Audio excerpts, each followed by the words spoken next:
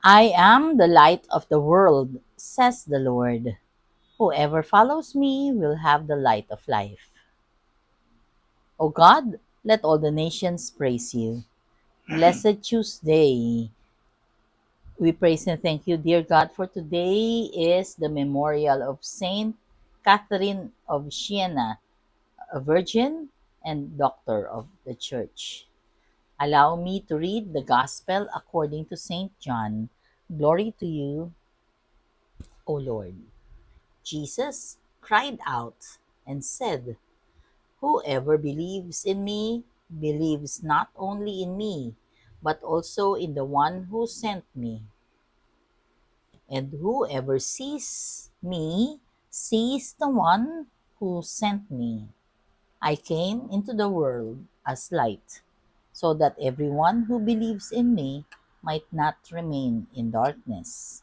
And if anyone hears my words and does not observe them, I do not condemn him, for I did not come to condemn the world but to save the world.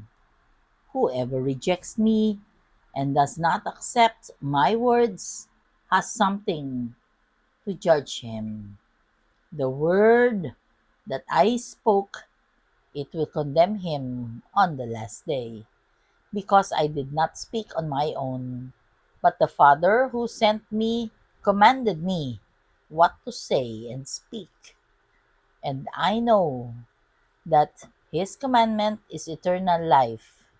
So what I say as the Father told me." The Gospel of the Lord. Praise to you, Lord Jesus Christ. As I reflect on the saint that we commemorate today, Saint Catherine of Siena, kapag nilay ako at natuklasan ko na si Saint Catherine pala ay gumawa ng libro nung siya ay nabubuhay pa. And the book is Dialogue of Catherine of Siena. Na-feature dito yung dialogue niya with God. And so, naalala ko tuloy, I remember it was 2005 or 2004 na I felt that a voice from within talked to me, and that was after doing the readings in the mass. So parang ganon, meron nagsasalita, kumakausap sa iyo na yung very vivid na kinakausap ka. And so, well, napakagandang isipin na God is speaking to you.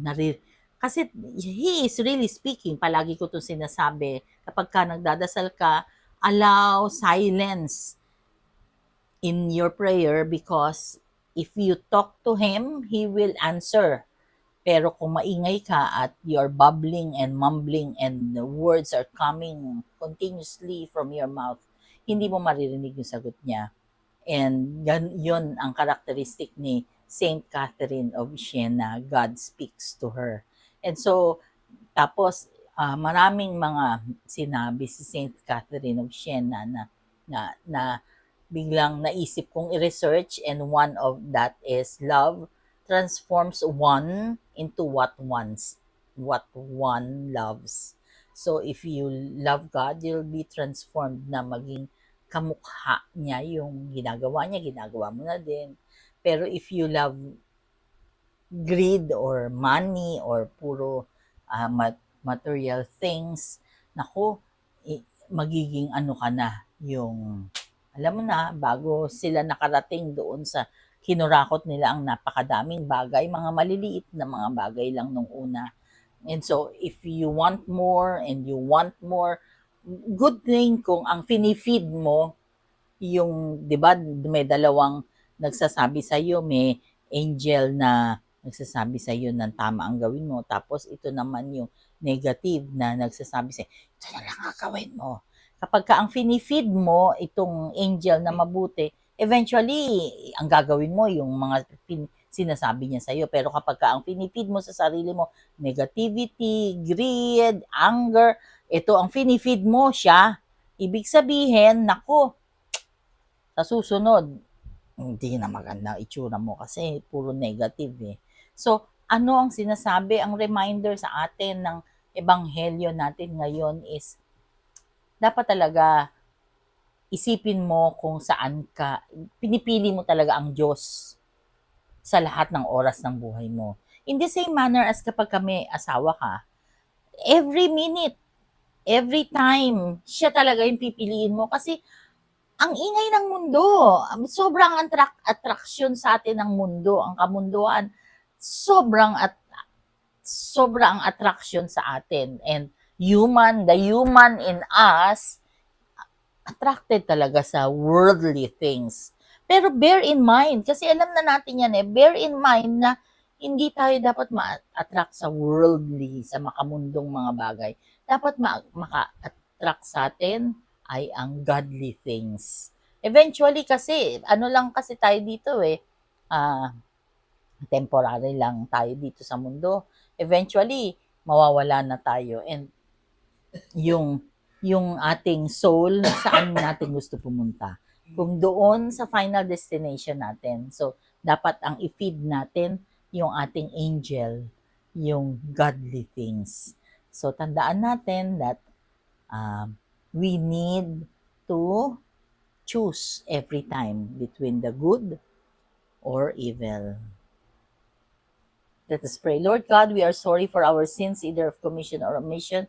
We pray for healing of those who are sick, those who are requesting for prayers, and those who are praying with us right here, right now.